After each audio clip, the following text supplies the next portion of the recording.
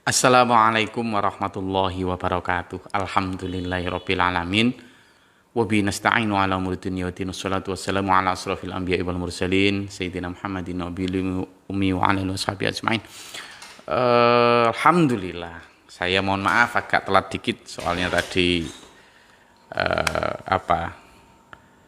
ada sedikit pekerjaan, tapi alhamdulillah tadi ya sempat juga di WA oleh satu pemeriksa setia kami dari Australia tadi, dari dia tinggal di Perth, dan WA tadi apa tidak ada live Facebook malam ini. Saya bilang iya ya gitu. Jadi memang ya itulah manusia, alisanu mahalal khata' nisyan. Manusia itu tempatnya salah dan lupa. Kadang kita telat-telat kayak gini nih yang ya bismillah, tapi tetap semangat. Topik kita malam ini adalah minyak goreng Nabi Ismail dan keluarga Sakinah Sembula. Gini, saya tadi itu sebelum kesini makan malam, makan soto. Nah, soto itu enak itu kalau ayamnya itu digoreng dulu. Jadi ayam yang hendak disuwir-suwir jadi daging, untuk lauknya soto itu digoreng dulu. Enaknya begitu. Goreng dulu, baru nanti disuwir-suwir gitu, diiris kecil-kecil untuk ditaburkan di atas sotonya itu. Nah tadi itu kok tumben kok nggak digoreng gitu, cuma direbus doang. Terus saya, loh ini kok gini? Iya katanya minyak goreng mahal. Ya. Jadi minyak goreng mahal, disuruh ngerebus katanya. Nah makanya mungkin karena itu tadi yang tim dapur kemudian mentaati itu lalu direbus. Wes. Nah ini apa kaitannya minyak goreng? Gini dulur, pada saat seperti ini saya teringat ada satu kisah itu. Satu kisah di mana Nabi Ismail ini putranya Nabi Ibrahim alaihissalatu wassalam itu sudah gede, sudah besar dan sudah berkeluarga. Ceritanya suatu hari Nabi Ismail ini sedang keluar untuk cari ma'isyah lah, untuk keperluan keluarga, bekerja intinya. Lalu yang di rumah hanya istrinya. Nah, pada saat itu kemudian ada seorang tamu datang, orang yang tua datang, kemudian assalamualaikum, waalaikumsalam. Tapi karena tidak ada ini, nggak masuk, di luar aja. Gimana Nduk, kamu istrinya Ismail ya? Nggih. Gimana Ismail suamimu? Ya baik. Gimana kondisi keluargamu? Nah ketika ditanya kondisi keluarga, si istri ini cerita, ya selalu kesusahan, nggak ada ini, pokoknya kurang lah secara ekonomi. Memang suami saya juga nggak terlalu pinter cari nafkah, gitulah, banyak intinya mengeluh. Intinya curhat. Mungkin kalau sekarang gitu ya minyak goreng langka, mungkin begitu juga ya. Intinya curhat tentang kondisi keluarga. Sesuatu yang sifatnya domestik, sesuatu yang sifatnya private diceritakan kepada itu. Nah setelah cerita banyak, oh jadi gitu ya suamimu. Iya enggak tahu gimana kok gitu dan seterusnya. Lalu kemudian ya sudah Nduk, saya tak pamit gitu. Tamu yang sangat sepuh ini, saya tak pamit. Loh Pak kok pamit, nggak nunggu Pak Ismail? Ndak, wis nanti sampaikan saja kepada Ismail bahwa tadi ada tamu, apa ada pesan? Iya pesan gini, nanti tolong suruh Ismail mengganti pintu rumahnya. Gitu aja ya. Oh iya ndak masuk dulu, ndak wis terima kasih. Pergilah tamu itu. Kemudian datang suatu saat, berapa lama Nabi Ismail datang lalu tanya, gimana tadi keadaan rumah? Enggak apa-apa, baik-baik aja. Tadi ada tamu. Iya ada tamu. Siapa? Enggak tahu, enggak mengenalkan diri, orang tua gitu loh. Terus apa ada pesan? Ada pesannya, katanya disuruh ganti pintu rumah. Ganti pintu rumah. Oh gitu? Iya. Oh kalau gitu ya kamu dengan ini kemasi barang-barangmu dan dengan ini kamu tak kembalikan ke rumah ibumu. rumah orang tuamu. Intinya kita tidak berjodoh. Loh kenapa begitu? Iya, asal kamu tahu bahwa yang tadi datang itu adalah Ibrahim bapakku, dan aku nggak tahu apa yang tidak kamu lakukan. Kamu tadi kenapa? Diceritakan bahwa dia tadi gini-gini. Oh iya, berarti memang kita tidak cocok. Karena itu dengan mohon maaf, dengan segala ini kamu tak pulangkan ke rumah orang tuamu. Singkat cerita, maka berpisahlah ini dengan istrinya. Lalu suatu saat setelah itu kemudian Nabi Ismail menikah lagi. Setelah menikah ini sekian lama kemudian kejadian yang sama kembali datang. Ada orang tamu sepuh datang, kemudian salam, setelah itu ditemui sang istri. Kemudian sama pertanyaannya, gimana kamu istrinya Ismail? Betul Pak. Gimana keadaan rumah tanggamu? Ya, keadaan rumah tangganya sama, artinya apa yang terjadi pada saat dulu dengan istri pertama dengan ini sama. Nabi Ismail dari sisi ekonomi tetap sama. Tapi jawabannya si istri yang kedua ini, ya alhamdulillah, tetap diberi kecukupan Allah, yang penting disyukuri saja. Gimana ekonomi apa enggak kekurangan? Kurang dan tidak itu menurut saya ya tergantung kita. Insya Allah alhamdulillah baik, suami saya saleh, membimbing saya, menuntun saya, dan anak-anak alhamdulillah sehat semuanya, berkecukupan. Benar kamu enggak ada keluhan? Enggak, alhamdulillah. Enggak ada kurang, alhamdulillah. Tuh, dan itu tulus, betul dilakukan dengan tulus, tidak ada satu patah kata pun curhat atau memperlihatkan kekurangan suami. Akhirnya ya sudah Nduk, kalau gitu aku tak pulang. Loh enggak Pak, nunggu Pak Ismail dan enggak, tak pulang saya. Nanti pesen ya gitu. Apa? Sampaikan kepada Ismail bahwa disuruh mempertahankan pintu kokoh ini. Gitu. Oh gitu, nggih, ngapunten, pulang. Ismail datang dari kerja, kemudian tanya, gimana keadaan rumah? Alhamdulillah baik. Tadi ada tamu, nggih. Apa ada pesan? Ada. Tadi orangnya tua, sepuh, pesan kalau sampean disuruh mempertahankan pintu kokoh rumahnya. Oh ya gitu, kalau begitu berarti kamulah jodohku, kamulah istriku, insya Allah dunia akhir. Loh emang siapa tadi Mas? Itu adalah ayahanda Ibrahim, ayahku, disuruh mempertahankan kamu karena pintu rumah itu adalah kamu. Dulurku semua dimanapun berada, apa hubungan minyak goreng dengan itu tadi? Pintu rumah yang dimaksud oleh Nabi Ibrahim itu adalah gerbang dari rumah tangga. Sampean sebagai istri itu memikul satu marwah, dignity, kehormatan rumah tangga. Ketika suami sedang berangkat bekerja, maka kehormatannya ada di sampean. Bagaimana pintu itu? Apakah sampean akan buka dan tutup itu sesuai dengan kebutuhan dan izin suami? Ataukah dibuka dan ditutup itu berdasarkan nafsu? Pintu juga bermakna tentang informasi yang perlu dan tidak perlu dibagi kepada orang lain. Persoalan yang diceritakan oleh istri pertama tadi, itu adalah persoalan yang harusnya domestik, private, milik, hanya bisa didiskusikan dengan suami, bukan untuk disebar kemana-mana. Contoh dari istri pertama tadi, dulur, ayo kita jadikan pelajaran sekarang. Bagaimana tingginya angka perceraian di masa sekarang, di masa ini, dipicu oleh tidak cocoknya dan disinformasi. Seringkali kemudian tidak adanya komunikasi di dalam keluarga, malah kemudian komunikasinya dengan medsos, curhatnya ke medsos. Persoalan suami istri harusnya diselesaikan di dalam rumah tangga.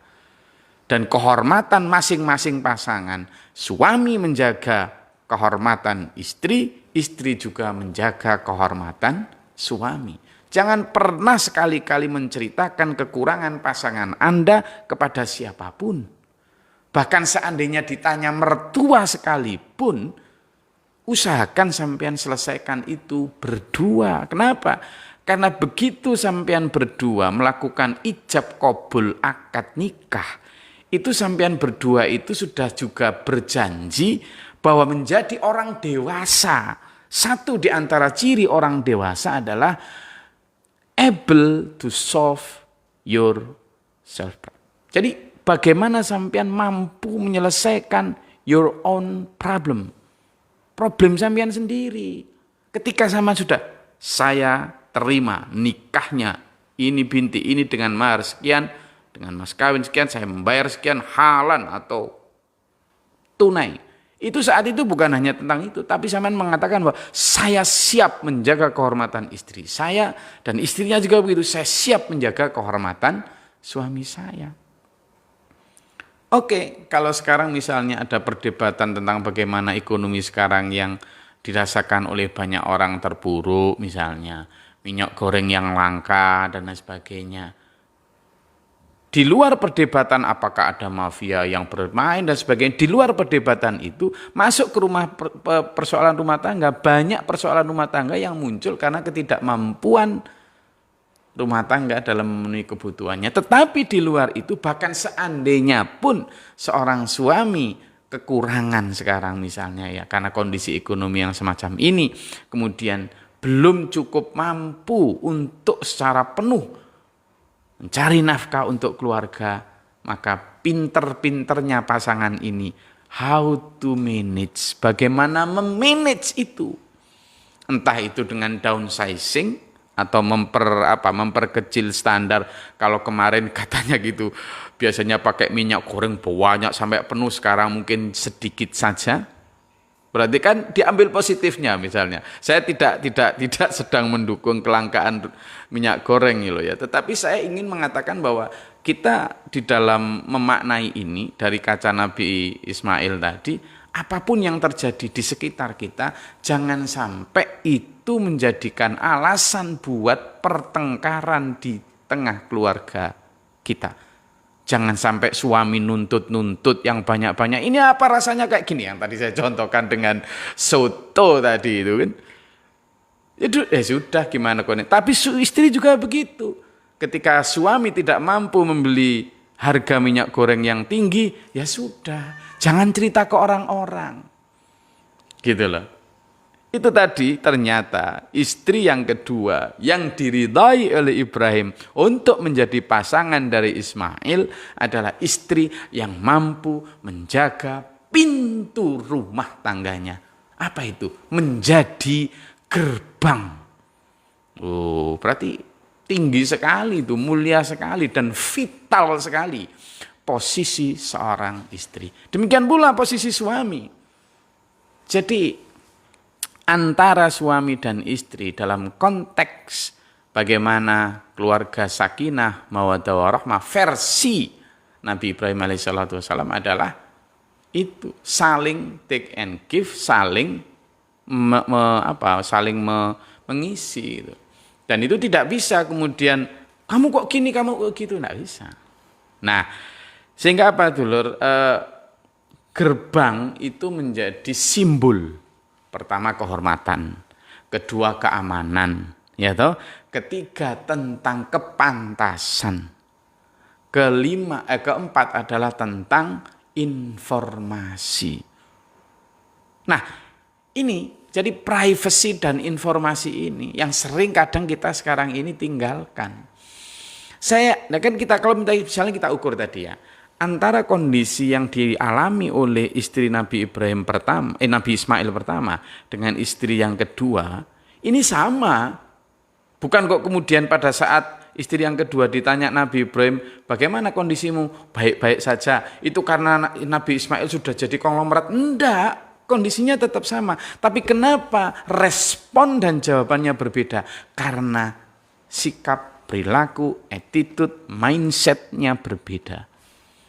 Maka jadi siapa? Ya jadi yang kedua. Orang yang mampu survive, orang yang memiliki kemampuan survival pada kondisi apapun. Nah itu yang hebat. Gitu. Kondisi apapun. Gitu. Pada saat minyak goreng langka semacam ini, Ya gimana caranya? Gimana? Ya sampean sendiri dong yang tahu, entah dikurangi minyaknya atau apa. Tetapi yang saya ingin sampaikan adalah pada saat seperti ini jangan sampai menjadi pemicu pertengkaran rumah tangga. Ya, jangan. Jangan betul. Kenapa? Ya, nanti bukan hanya minyak goreng, karena yang akan ada banyak, meskipun misalnya di rumah punya timbunan minyak goreng sekalipun, tetapi kalau ada persoalan-persoalan lain dan kita terbiasa untuk ngumbar itu ke orang lain, ya nanti akan jadi pertengkaran lagi. Terus gimana tuh, Lur? Ada satu, kemarin saya baru mengadakan satu pelatihan. Ya, sebenarnya lebih kepada workshop ya. Bagaimana kita banyak metode brainstorming tentang manajemen keluarga versi Nabi. Nanti insya Allah kapan-kapan, mungkin pada saat Ramadan ya akan kita bahas bersama. Tapi sekali lagi memang kebahagiaan di tengah rumah tangga itu ketika ada mutual understanding ya. Jadi ada semacam saling memahami antara suami, dan ini membutuhkan proses menurut saya. Tapi proses itu membutuhkan kesabaran, tidak mungkin instan. Sehingga kalau ada misalnya artis atau siapa public figure yang baru menikah 2-3 bulan kemudian cerai, lalu kemudian ditanya kenapa cerai, aduh tidak ada kecocokan, lah gimana wong keluarga itu dibangun memang karena tidak cocok kok. Lalu kemudian membangun rumah tangga untuk mencocokkan.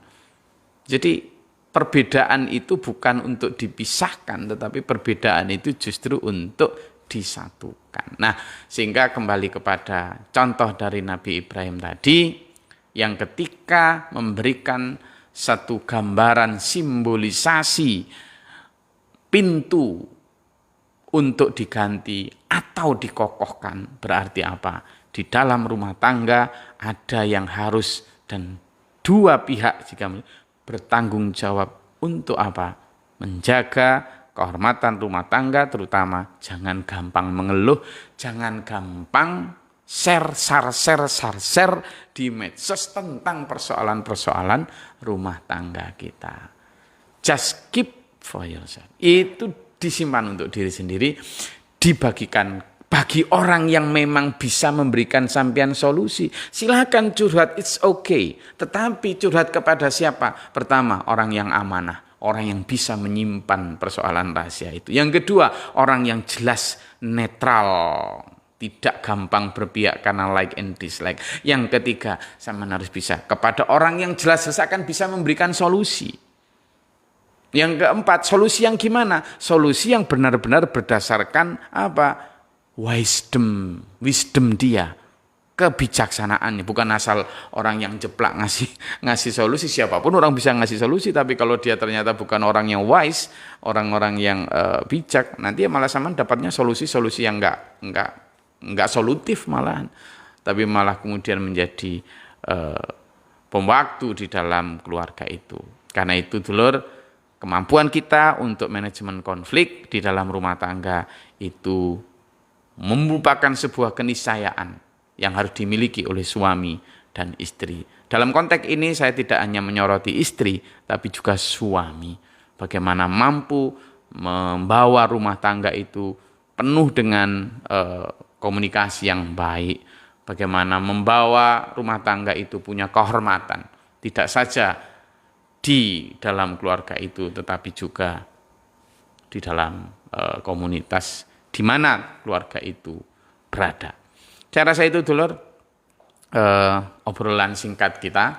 Insya Allah nanti di bulan Ramadan kita akan banyak berbincang lagi tentang hal-hal yang sifatnya aktual, termasuk saya juga ingin mengupas tentang moderasi beragama, di mana ada 4 topik yang sekarang lagi yakni tentang toleran, anti kekerasan, tentang